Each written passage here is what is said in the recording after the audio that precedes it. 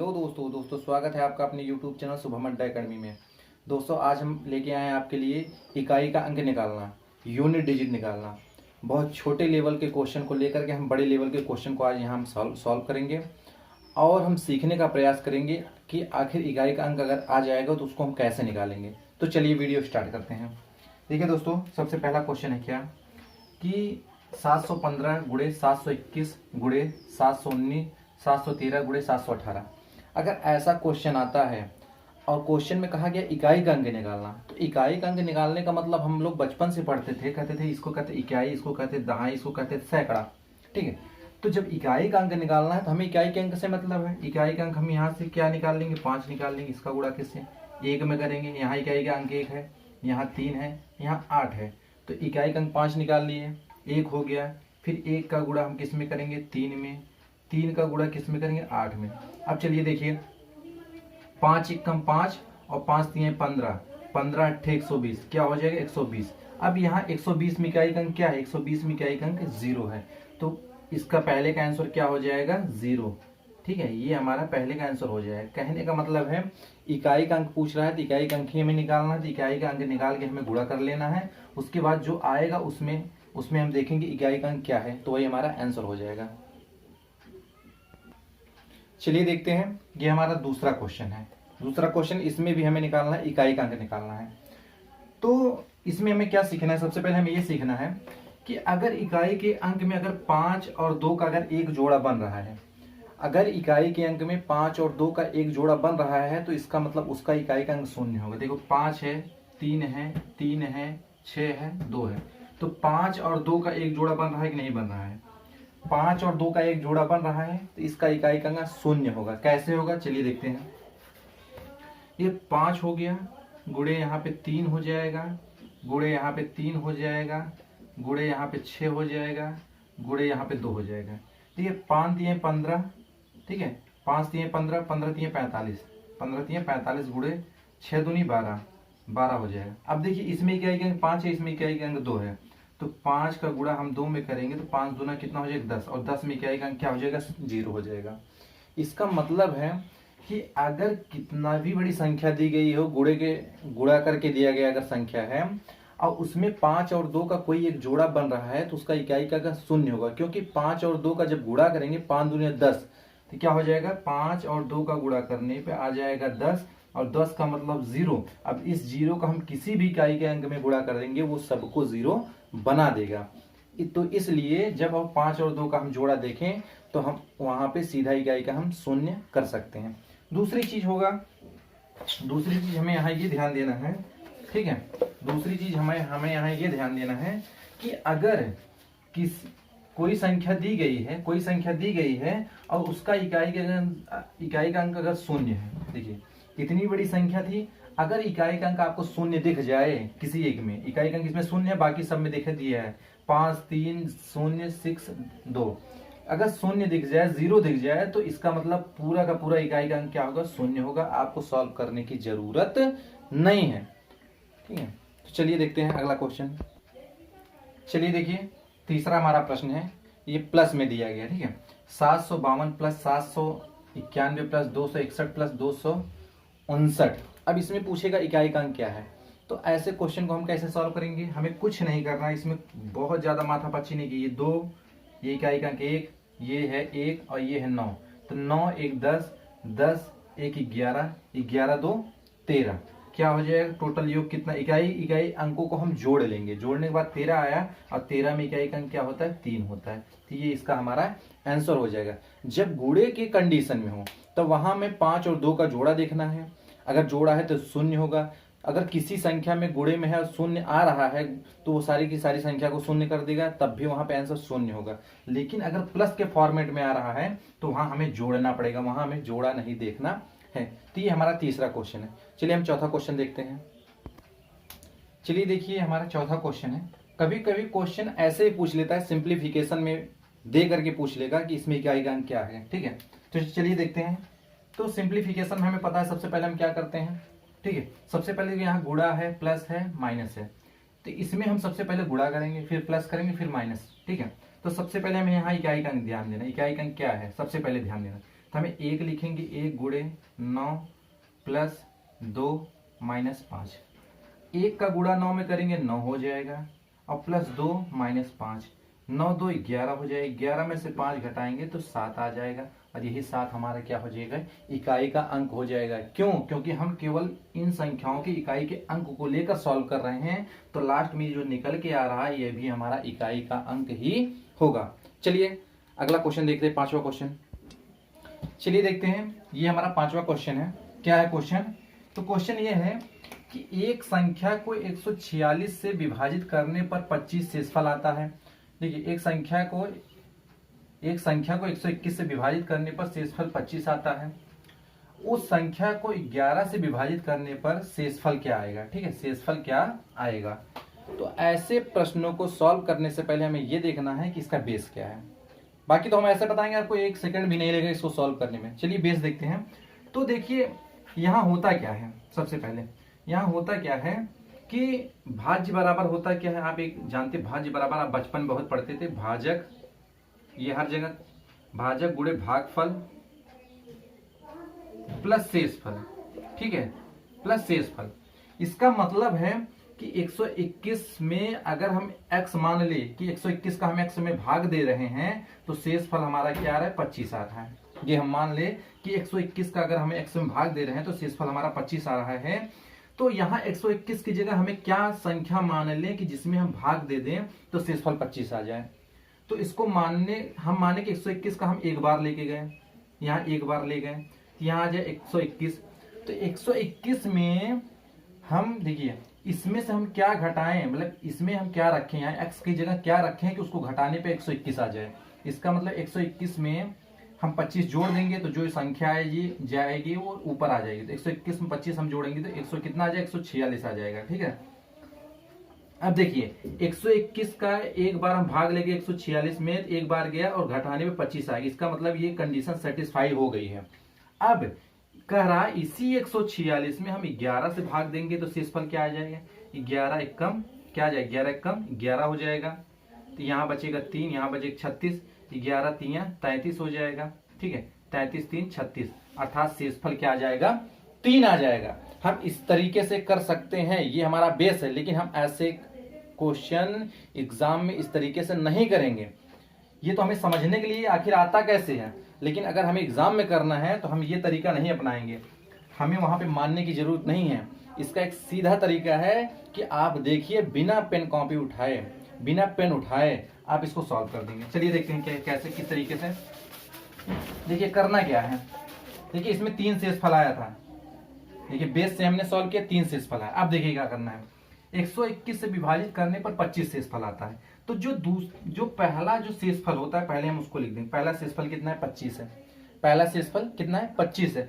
अब पहले शेषफल में जो दूसरा भाजक होता है, दूसरा भाजक क्या है, 11। दूसरा भाजक क्या है, 11। इससे हम भाग देंगे। ठीक है, तो जो पहला हमारा शेषफल होता है उसमें हम दूसरे भाजक से भाग देंगे तो 11 दूना कितना हो जाएगा, 22 हो जाएगा। देखिए ऐसे अगर नहीं तो ऐसे देके देखिए, देखिए 11 दूना 22, 22 3 25, 3 शेषफल आया कि नहीं आया। तो हम इस तरीके से एग्जाम में करेंगे। नहीं पता सबसे पहले में एक संख्या को 121 से विभाजित करने 25 शेषफल आता है, 11 से विभाजित करेंगे तो क्या शेषफल आएगा, 11 दूना 22 प्लस 3 बचेगा, 3 हमारा वही शेषफल होगा। हमें पेन कॉपी की जरूरत नहीं पड़ेगी। तो चलिए देखिए अगला क्वेश्चन देखते हैं, छठा क्वेश्चन देखते हैं। किसी संख्या को 13 से विभाजित करने पर, देखिए ध्यान दीजिए, किसी संख्या को 13 से विभाजित करने पर 1 शेषफल आता है। उस संख्या को 5 से विभाजित करने पर 3 शेषफल आता है। तो उसी संख्या को 65 से विभाजित करने पर क्या शेषफल आएगा, ये पूछ रहा है। ठीक है, क्या शेषफल आएगा। तो ऐसे क्वेश्चन को अगर हम बेस से करेंगे तो बहुत ज्यादा समय लगेगा। इसके लिए एक ट्रिक है, वो ट्रिक क्या है कि पहला शेष प्लस दूसरा शेष गुणे पहला भाजक प्लस तीसरा शेष गुणे दूसरा भाजक, और अगर ज्यादा शेष आ जाए प्लस चौथा शेष गुणे तीसरा भाजक प्लस पांचवा शेष गुणे चौथा भाजक। इस तरीके से हम इसको याद कर लेंगे, और जहां पे एक शेष से ज्यादा आए, 2 शेष 3 शेष 4 शेष 5 शेष, वहां पे इस ट्रिक को हम लगा सकते हैं। ठीक है, पहले शेष में भी लगा सकते हैं, लेकिन पहले शेष के लिए आपको लगाने की जरूरत नहीं, आप डायरेक्ट क्वेश्चन का आंसर दे सकते हैं। लेकिन इसमें 2 शेष, 3 शेष, 4 शेष अगर जहां पूछ ले वहां पे इस ट्रिक को हम लगा सकते हैं। तो यहाँ पे देखिए कितने शेष पूछा गया है। यहाँ पे शेष जो पूछा गया है, एक शेष यहाँ पे है, एक शेष यहाँ पे है, ठीक है। ये 2 शेष यहाँ पे दिया गया है, ठीक है। कितना दिया गया है? 2 शेष दिया गया है। तो चलिए हम देखते हैं, निकालते हैं। सबसे पहले हमें क्या करेंगे कि पहला शेष क्या है हमारा? 13, 1 है। पहला शेष क्या है? 1 है। प्लस दूसरा शेष हमारा क्या है? 5 से विभाजित करने में 3 है। दूसरा शेष हमारा क्या है? 3 है। गुणे पहला भाजक क्या है? पहला भाजक हमारा क्या है? 13। पहला भाजक जिससे हम भाग देते हैं 13। प्लस देखिए ये कंप्लीट हो गया, ये कंप्लीट हो गया। अब इस पे आते हैं, ठीक है। देखिए यहाँ दूसरा शेष गुणे पहला भाजक। अब इस पे आते हैं। अब क्या है? प्लस के बाद क्या तीसरा शेष दिया गया है? तीसरा शेष है? नहीं है। तीसरा शेष नहीं है, तो इसका मतलब हमें ये चीज लगाने की जरूरत नहीं है। और यहां से हमारा केवल यहीं से आंसर आ जाएगा 1 प्लस 13 तिया 39 और 39 1 40। अर्थात उस संख्या में हम अगर 65 से भाग देंगे तो हमारा शेषफल कितना आएगा? 40 आ जाएगा। अगला क्वेश्चन देखते हैं। यदि 17 घाते 200 को 18 से भाग दिया जाए तो शेषफल क्या आएगा? इस प्रकार के क्वेश्चन भी आपको अपने एग्जाम में देखने को मिलते होंगे। चलिए देखते हैं, ठीक है। तो इसमें हमें सबसे पहले क्या करना है? सबसे पहले तो हमें इस 17 को लिख लेना है। एकदम ध्यान समझिएगा। सबसे पहले हमें इसे अपने 17 को लिख लेना है। उसके बाद भाई 18 से भाग देना है ना, तो इसके नीचे हमें 18 लिख देना है, ठीक है। इसके नीचे हमें क्या लिख देना है? इसके नीचे हमें 18 लिख देना है। क्या लिखना है? 18 लिखना है। अब थोड़ा ध्यान दीजिए कि 18 17 से कितना कम है? 1 कम है। कितना कम है? 1 कम है। तो हम यहाँ पे +1 कर सकते हैं और -1 कर सकते हैं। क्या हम किसी संख्या को +1 या -1 कर देंगे उसमें कोई फर्क पड़ेगा? भाई अगर हमारे पास 5 रुपए है, 5 रुपए में हम आपको 1 रुपए दिए तो आपका हो गया 6 रुपए। हम कहे फिर हमें आपसे हमने 1 रुपए ले लिया तो आपने कहा हाँ, फिर आपके पास 5 रुपए बचा। तो अगर हम किसी संख्या में +1 -1 अगर साथ में करते हैं तो उस संख्या में कोई परिवर्तन नहीं होता है। तो क्या हम इसको ऐसे लिख सकते हैं कि 17 +1 -1 कर सकते हैं? अब देखिए इसको हम कोष्टक बना लें तो 17 + 1 कितना हो जाएगा? 18 हो जाएगा। यहाँ कितना? 18। इस 18 से इस 18 को काट देंगे तो शेषफल क्या आएगा? क्या शेषफल -1 आएगा? नहीं, शेषफल कभी भी माइनस में नहीं आता है। दूसरी चीज, ये माइनस आ गया और माइनस के ऊपर घात कितना था? यहाँ पे 200, ठीक है। ये इस घात का प्रयोग हम एकदम लास्ट में करेंगे, ठीक है। यहाँ पे बिल्कुल नहीं, इस घात का प्रयोग हमेशा हम लास्ट में करेंगे। अब ये थोड़ा ध्यान दीजिए कि -1 का गुणा 200 बार हम करेंगे तो क्या आएगा? अगर हम कहें 1 का गुणा 200 बार करेंगे तो क्या आएगा? आप कहेंगे 1 का गुणा 200 बार करेंगे तो 1 ही आएगा। अगर -1 का 200 बार गुणा करेंगे तो क्या आएगा? क्या -1 आएगा? नहीं, -1 का गुणा अगर हम 200 बार करें, क्योंकि अगर -1 का गुणा हम 2 बार करते हैं तो 1 1 कम 1 हो जाएगा और माइनस माइनस क्या हो जाएगा? प्लस हो जाएगा। प्लस लिखा यहाँ नहीं जाता, प्लस हो जाएगा।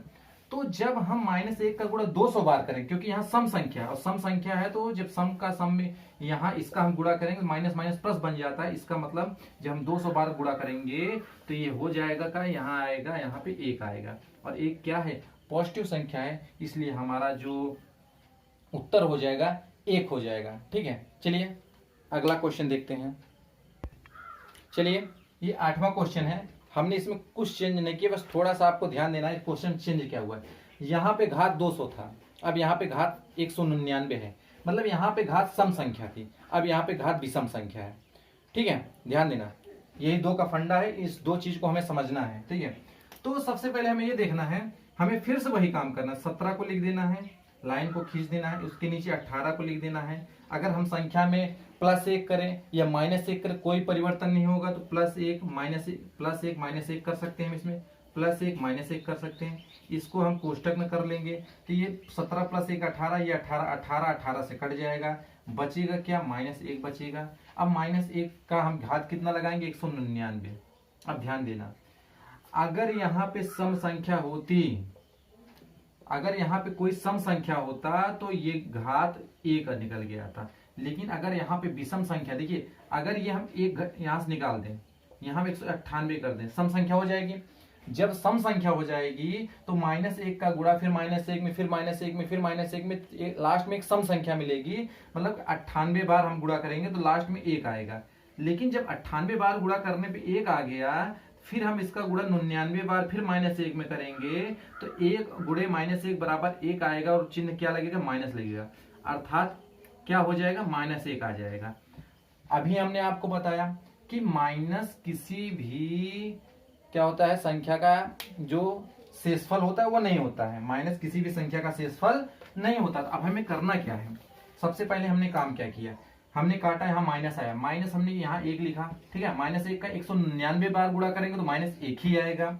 अब इस -1 तो हमारा शेषफल होता नहीं, तो हमें करना क्या है, हमें सबसे पहले करना क्या है कि जो 18 था जिससे हम भाग दे रहे थे, 18 से इस 18 में से -1 घटा देंगे तो आ जाएगा 17, और यही 17 शेषफल बचेगा और यही 17 हमारा क्या है, आंसर है। ठीक है, इस तरीके से हम ऐसे क्वेश्चनों को सॉल्व करेंगे। और बेस के चक्कर में अगर हम पड़ जाएंगे ना, इसको हम सॉल्व करते रह जाएंगे और आपका टाइम वेस्ट चला जाएगा और बहुत ज्यादा टाइम लगेगा। ठीक है, तो हमें बेस के चक्कर नहीं पड़ना, हमें ऐसी चीजों को सीखना है जो बहुत कम समय में क्या करे कि हमारे आंसर को ला दे और हमारे एग्जाम में हमारे समय को बचाए। इस तरीके से हमें सीखना है। तो ये था आज का आपका इकाई के अंक के क्वेश्चन। हमने ज्यादातर क्वेश्चन लेने का प्रयास किया है, अगर 1-2 क्वेश्चन छूटा भी होगा तो हम अगली क्लास में उसको ले लेंगे। ठीक है, और इससे ज्यादा क्वेश्चन इकाई के अंक में नहीं आने वाला है। क्वेश्चन देखो, क्वेश्चन इसी तरीके के रहेंगे, क्वेश्चन का लैंग्वेज चेंज रहेगा, लेकिन जो इसका बेस है, जो इसका कॉन्सेप्ट है वो यही रहने वाला है। तो आपको कॉन्सेप्ट सीखना है, क्वेश्चन की प्रैक्टिस हम कहीं से भी कर सकते हैं। हमने 8 क्वेश्चन में 8 कॉन्सेप्ट को सीखा है, वो ज्यादा महत्वपूर्ण है। तो अगर ये वीडियो आपको अच्छा लगा हो तो इस वीडियो को लाइक करिए, शेयर करिए और हमारे इस चैनल को सब्सक्राइब करिए, क्योंकि हम आपके लिए ऐसे ही कॉन्सेप्ट को क्लियर करने वाले वीडियो लाते रहेंगे। धन्यवाद।